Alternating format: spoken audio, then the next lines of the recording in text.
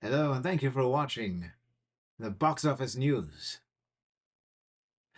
No, I won't be explaining the voice. I'm your host, Daniel K., and thanks for watching. It was kind of a dull week at the box office, and I've been forced to resort to gimmicks to keep things interesting. Okay, I am explaining the voice. There were, excuse me, there were two new movies in the top 10 this week, and there might have been a third, but it missed by that much. So coming in at number two, just below the Super Mario Brothers movie again, which is shoveled up $436 million in 3 weeks. But coming in at number two from Warner Brothers, Evil Dead Rise, a prequel to the Evil Dead movies, but it's basically just another Evil Dead movie. Less teenagers, more family. Made $24.5 million. No, as far as I know, anyway, no Bruce Campbell.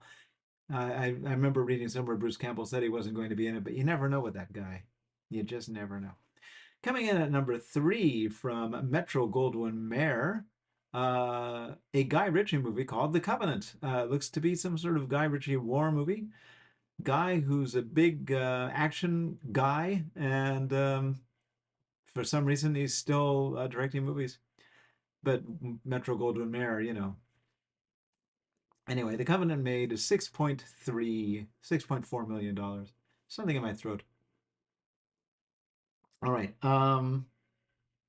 Anyway, so yeah, not bad, but not it's not helping his career any. Okay, so coming in at number 11 is the movie that should have been in the top 10 but was beaten out by Suzumi, of all things, from Crunchyroll. Um, Chevalier. I've been seeing trailers for Chevalier for months now, and they finally released it. That Walt Disney Studios Motion Pictures, and by them I mean probably it was made by Fox, and they were just holding on to it for a slow weekend, and it still didn't quite claw its way into the top 10. Chevalier only made 1.5 million.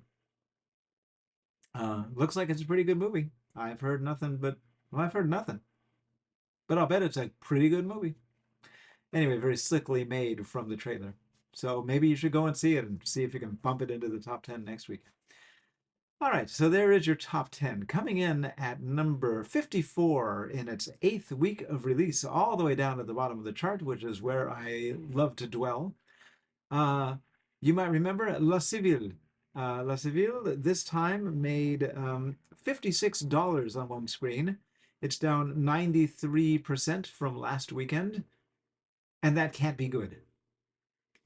It's been out for 8 weeks though, so that's probably let's say that it's on the way out and just leave it at that. Coming in at number 40 in its first week of release is the lowest grossing new movie from Film Movement. Uh, what is that? Cadejo Blanco. Don't know anything about it. There appears to be a white dog in it.